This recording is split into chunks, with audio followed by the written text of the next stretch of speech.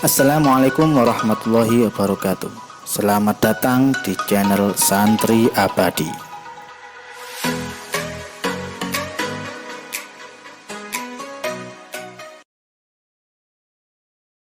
Assalamualaikum warahmatullahi wabarakatuh. Alhamdulillahirrahmanirrahim. Wassalatu wassalamu ala asyrafil anbiya'i wal mursalin Sayyidina Muhammadin wa ala alihi washabihi ajma'in, amma ba'du. Alhamdulillah kita bisa berjumpa lagi dalam keadaan sehat walafiat. Semoga Allah Subhanahu wa taala memberikan kita ilmu yang manfaat dan barokah. Pada pertemuan kali ini, materi yang akan kita bahas adalah berhubungan dengan najis.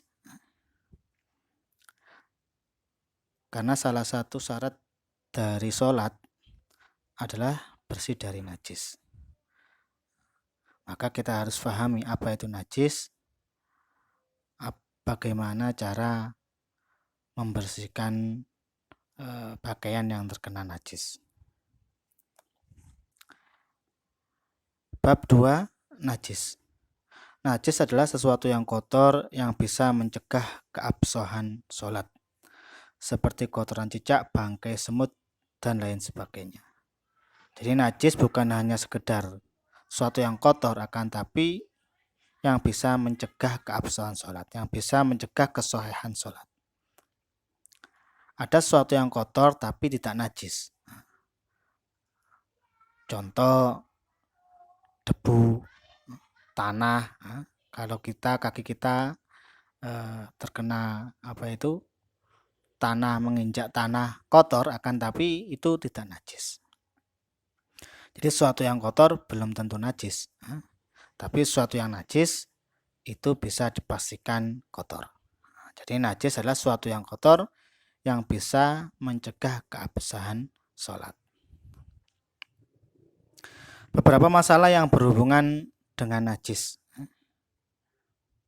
Yang pertama, bangkai adalah setiap hewan yang mati. Jadi setiap hewan yang mati itu namanya bangkai. Ada tikus mati, bangkai. Kucing mati, bangkai. Atau setiap hewan yang bisa dimakan yang mati dalam keadaan tidak disembelih secara benar menurut Islam. Atau untuk hewan-hewan yang bisa dimakan, ayam, kambing, sapi, mati tidak dengan cara disembelih dengan benar, itu juga bangkai.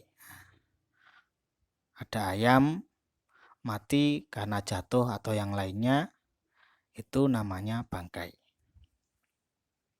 Jadi definisi bangkai adalah setiap hewan yang mati. Atau untuk hewan-hewan yang bisa dimakan adalah setiap hewan yang mati tidak dalam keadaan disembelih dengan benar menurut Islam. Hukum semua hewan yang sedang dalam keadaan hidup adalah suci, kecuali anjing, babi, dan keturunannya. Semua hewan, apa itu hewan yang paling kecil, ulat, semut, sampai yang besar, kambing, sapi, dan seterusnya, ketika hidup hukumnya suci, kecuali anjing, babi, dan anak-anaknya. Yang nomor 3, hukum semua hewan ketika dalam keadaan mati bisa dijelaskan sebagai berikut. Bagaimana hukum hewan itu ketika mati? Kalau tadi yang nomor 2, kalau hidup semua hewan yang masih hidup hukumnya suci, kecuali anjing, babi, dan anak-anaknya. Terus bagaimana kalau hukum hewan ketika hewan itu sudah mati? Maka bisa diperinci dijelaskan sebagai berikut.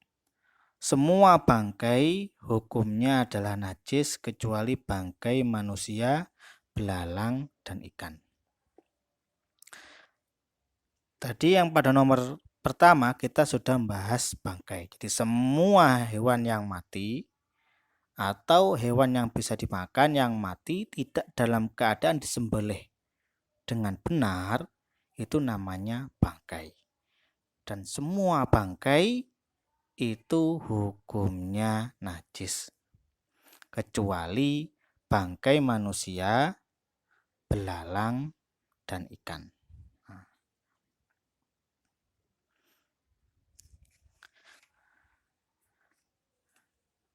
Yang B, hewan-hewan yang boleh dimakan seperti kambing dan ayam, jika matinya dengan cara disembelih secara benar, maka hukumnya suci. Karena bukan bangkai namanya. Ayam, kambing, sapi, jika disembelih dengan cara yang benar, maka hukumnya suci. Kulitnya suci. Nah, karena itu kan biasanya kalau hari raya kurban itu kan kulit sapi biasanya dipakai untuk jidor yang ada di masjid. Nah, itu gimana hukumnya itu kulit jidor yang ada di masjid itu? Jika memang kulitnya itu dari sapi yang mati karena disembelih dengan benar, maka hukum kulitnya suci. Akan tapi jika kulitnya itu diambil dari sapi yang mati tidak disembelih dengan benar, mati tenggelam, mati keracunan, maka hukum sapinya itu najis karena itu bangkai dan kulitnya juga otomatis najis. Yang C, hewan-hewan yang tidak boleh dimakan, kucing, ular, jika mati maka hukumnya najis walaupun matinya dengan cara disembelih secara benar. Jadi kalau ada kucing walaupun disembelih tetap hukumnya najis karena itu bangkai. Karena kucing tidak termasuk hewan yang boleh dimakan. Yang nomor 4, hukum bulu semua hewan. Bulu dan anggota itu beda. Kalau bulu itu seandainya hilang, maka hewan tersebut tidak dianggap cacat. Itu. Jadi bulu kucing, hanya kucing itu seandainya bulunya hilang pun tidak dianggap cacat. Beda dengan anggota. Kalau anggota itu seandainya hilang, maka hewan tersebut dianggap cacat. Maka seperti kuping, sayap, itu namanya anggota. Nah, sekarang yang akan kita bahas adalah hukum bulu. A, bulu hewan yang boleh dimakan ketika terpisah hukumnya suci. Bulu hewan yang boleh dimakan, ya kambing, sapi, itu kalau bulunya terlepas itu hukumnya suci. Kenapa? Karena kambing dan sapi termasuk hewan-hewan yang boleh dimakan. Jadi bulu hewan yang terpisah dari hewan yang boleh dimakan hukumnya suci. Oleh karena itu kan bulu domba itu kan biasanya kalau dicukur dibuat pakaian, bagaimana hukumnya? Suci. Kenapa? Karena domba atau kambing itu termasuk hewan-hewan yang boleh dimakan. Yang B, bulu hewan yang tidak boleh dimakan ketika terpisah hukumnya najis. Seperti yang banyak lah bulu kucing. Nah, itu. Gimana hukumnya bulu kucing yang terpisah? Hukumnya najis. Kenapa? Karena kucing termasuk hewan yang tidak boleh dimakan.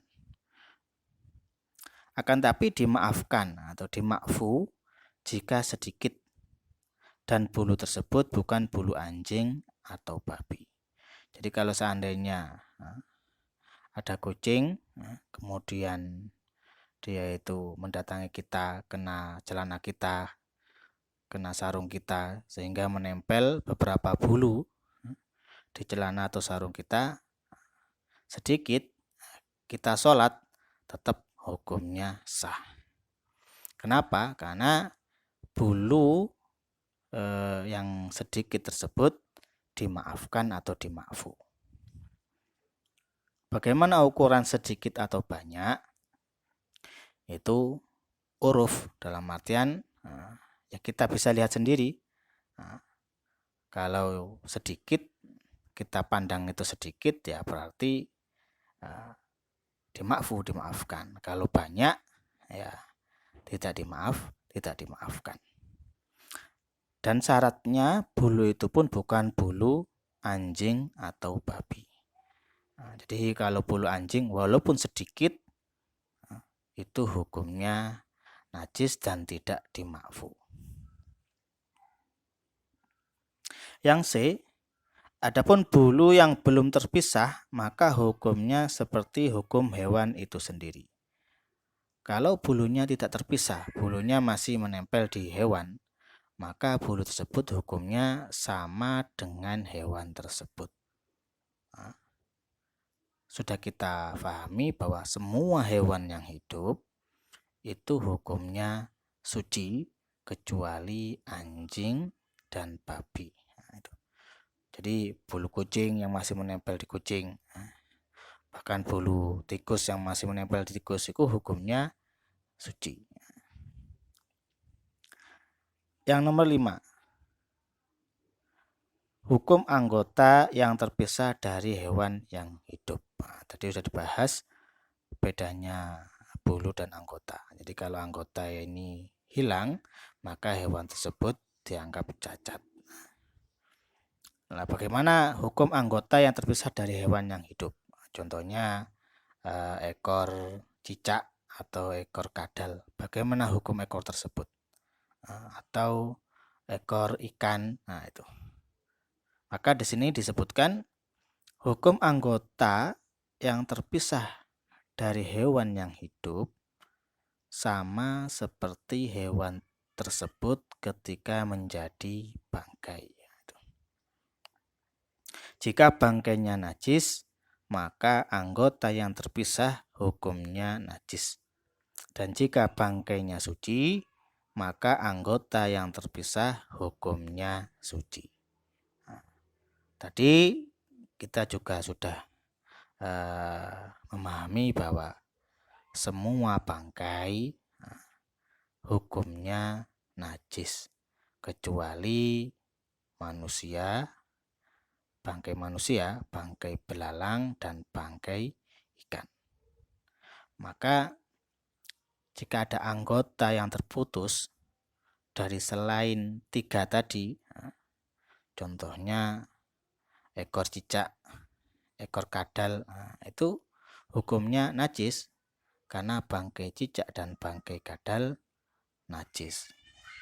Begitu juga jika bangkainya suci, contohnya ekor ikan atau kaki belalang, itu hukumnya suci. Kenapa? Karena bangkai ikan, bangkai belalang itu hukumnya suci. Begitu juga tangan manusia itu yang terputus, itu juga hukumnya suci karena bangkai manusia hukumnya suci.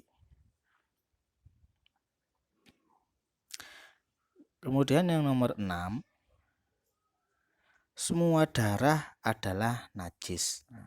Darah apapun itu, kecuali diantaranya hati dan darah yang tertahan di bangkai ikan dan belalang. Kecuali, ini termasuk pengecualian, hati, itu hati ikan atau hati ayam itu kan juga terbuat dari darah. Dan darah yang tertahan di bangkai ikan dan belalang. Jadi kalau kita menggoreng ikan, itu kalau kita sudah bersihi sebersih mungkin, itu kan masih ada darahnya pastinya kan, di dalamnya itu pasti ada darahnya. Maka hukum darah yang tertahan di tubuh ikan tersebut itu dimaafkan, dalam artian tidak masalah. Nomor 7, hukum susu dari sesuatu yang boleh dimakan adalah suci. Susu kambing, susu sapi itu hukumnya suci karena kambing, sapi boleh dimakan. Jika dari sesuatu yang tidak boleh dimakan, maka hukumnya adalah najis. Susu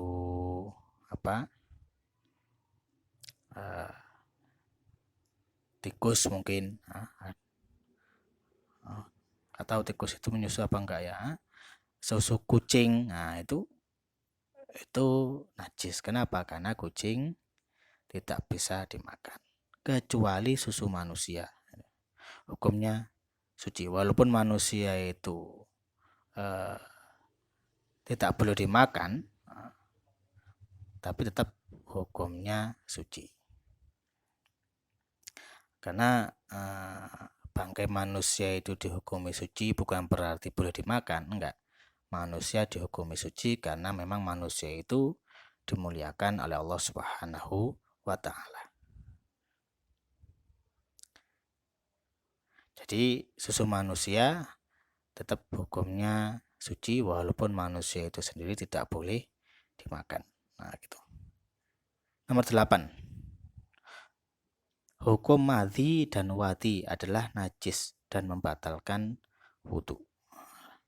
Jadi kotoran yang keluar dari laki-laki, dari kemaluan depan laki-laki itu ada air kencing, ada air madhi, ada wadi, ada mani. Nah, itu ada 4. Jadi kalau kencing itu sudah najis. Kalau madhi dan wadi itu juga najis dan membatalkan wudhu. Berarti sama hukumnya dengan air kencing. Madhi itu apa? Madhi adalah air yang berwarna putih, lembut dan lekat yang keluar ketika bangkitnya syahwat. Nah, itu. Jadi ketika orang syahwatnya bangkit, maka akan keluar suatu yang putih, lembut dan lekat. Itu namanya madhi. Hukumnya najis dan membatalkan wudhu. Kalau wadi adalah air yang berwarna putih pekat yang keluar setelah kencing atau ketika membawa beban yang berat. Itu juga najis dan membatalkan wudhu. Berbeda dengan mani. Nah, jadi ada kencing, ada wadi, ada madhi, dan ada mani. Nah, kalau mani berbeda. Di sini disebutkan hukum mani ada 3 pendapat. Yang pertama, hukum mani semua hewan adalah suci, kecuali mani anjing, babi, dan keturunannya. Ini adalah pendapat Imam Nawawi dan ini yang mu'tamad atau yang diakui. Di hukum mani semua hewan itu hukumnya suci. Ya manusia juga termasuk hukumnya suci, kecuali mani anjing, babi, dan keturunannya. Yang kedua, mani manusia.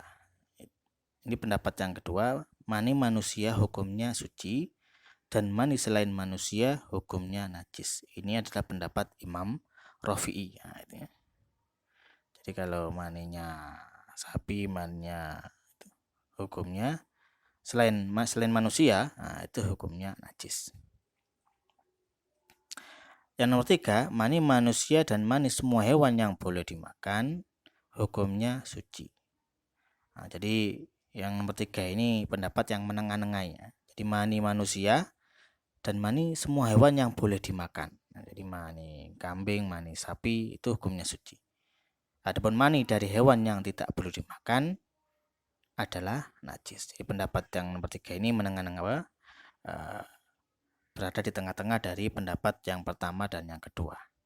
Tetapi pendapat yang diakui yang mu'tamad sebagaimana disampaikan oleh Imam Nawawi bahwa hukum mani semua hewan termasuk manusia adalah suci kecuali mani anjing dan babi. Selanjutnya nomor 10, hukum telur. Hukum telur adalah suci jika dari hewan yang suci, walaupun dari hewan yang tidak boleh dimakan. Jadi telur ayam suci.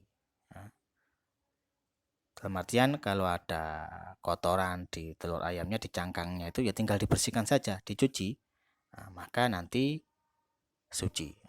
Dalam artian kalau ada orang sholat membawa telur, yang mana telurnya sudah dibersihkan, sudah disucikan, maka sholat orang tersebut yang membawa telur hukumnya sah.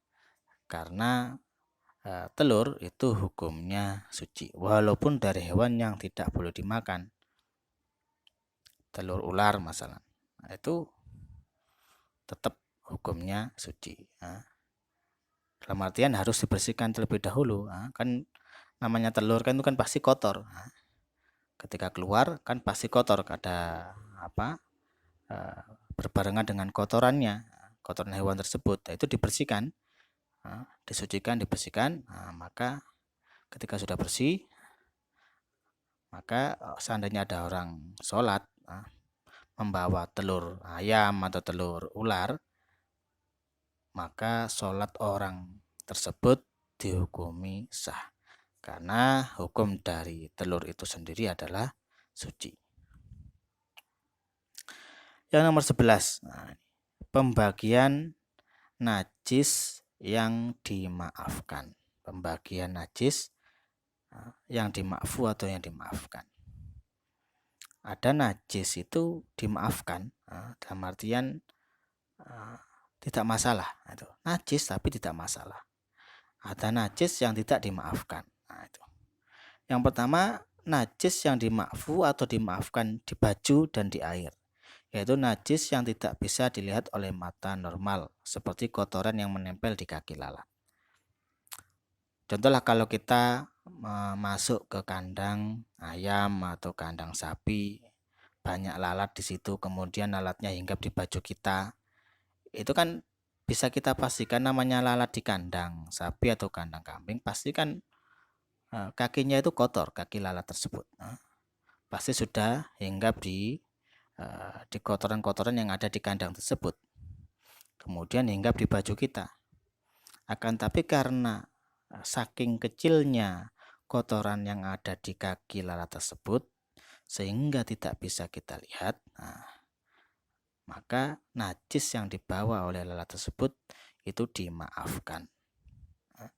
Jadi menempel di baju kita atau ada lalat yang masuk di minuman kita, itu hukumnya dimaafkan oleh mata normal ya. Seandainya kita pakai kaca pembesar, kita bisa lihat bahwa di kaki lalat tersebut ada najis, itu tidak dianggap, tetap yang dianggap adalah dengan pandangan biasa kita. Seandainya kita melihat memang lalat itu tidak membawa apa-apa dengan pandangan kita, karena memang najis yang ada di kaki lalat terlalu kecil, maka najis yang dibawa oleh lalat tersebut itu dimaafkan. Jadi kalau kita sudah masuk kandang kambing, masuk kandang sapi, keluar lagi, padahal banyak lalat yang sudah hinggap di baju kita, kita sholat nggak masalah, karena itu dimaafkan.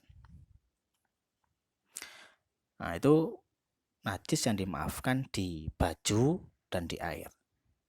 Ada najis yang dimaafu di baju saja, seperti sedikitnya darah.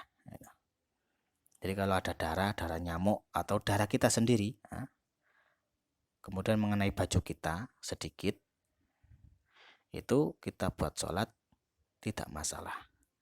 Najis akan tapi dimaafkan. Adapun ukuran sedikit banyaknya, itu uruf itu ya menurut pandangan kita lah, kita bisa mereka-reka kan. Nah, kalau kita ini sedikit, seperti darah nyamuk yang habis kita pukul masalah, kemudian mengenai baju kita, itu darah sedikit, kemudian kita pakai sholat, darahnya saja kita pakai sholat, tidak masalah, hukumnya sah sholatnya. Itu najis yang dimaafu di baju saja.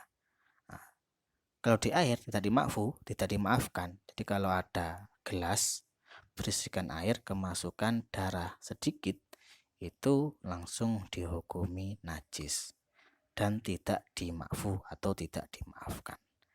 Jadi najis yang dimakfu di baju itu cuma darah yang sedikit. Najis yang dimakfu di air. Nah, ini najis yang dimakfu di air, dimaafkan di air. Kalau di baju tidak, hanya di air saja.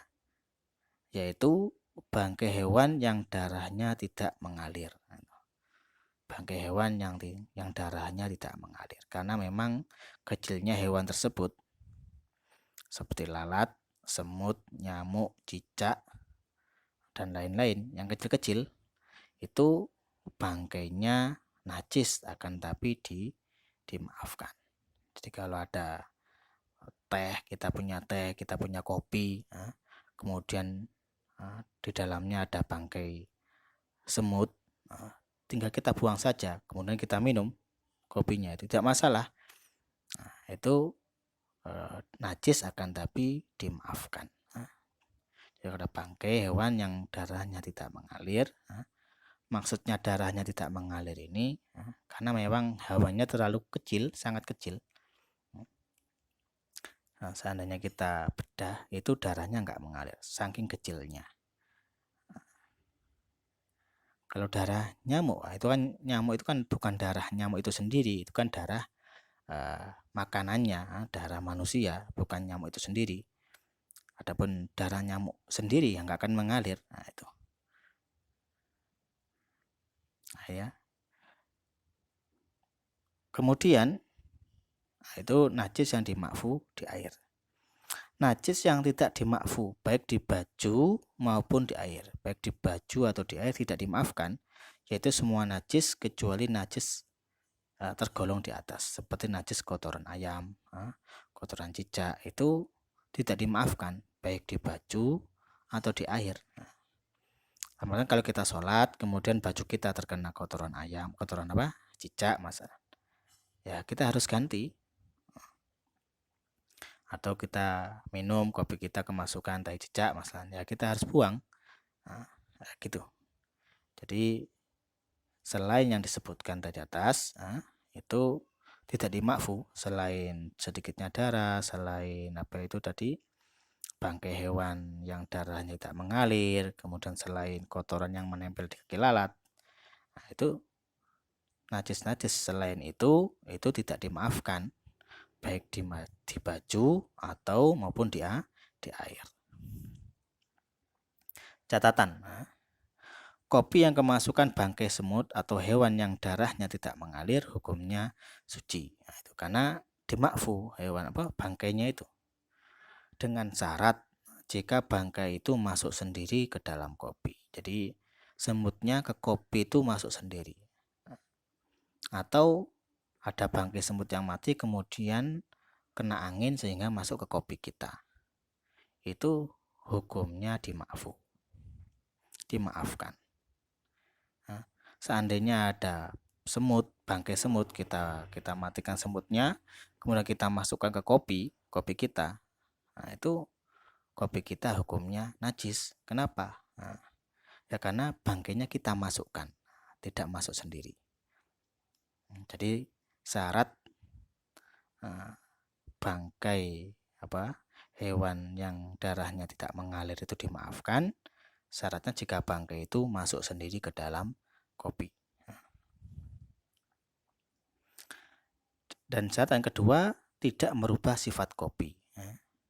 Jadi seandainya kita punya kopi, kemasukan bangkai semut satu tidak akan merubah kopi tersebut. Akan tapi beda halnya kalau yang masuk itu bukan satu, banyak bangkai semut yang mati di kopi kita. Itu ya pastinya akan merubah sifat dari kopi itu.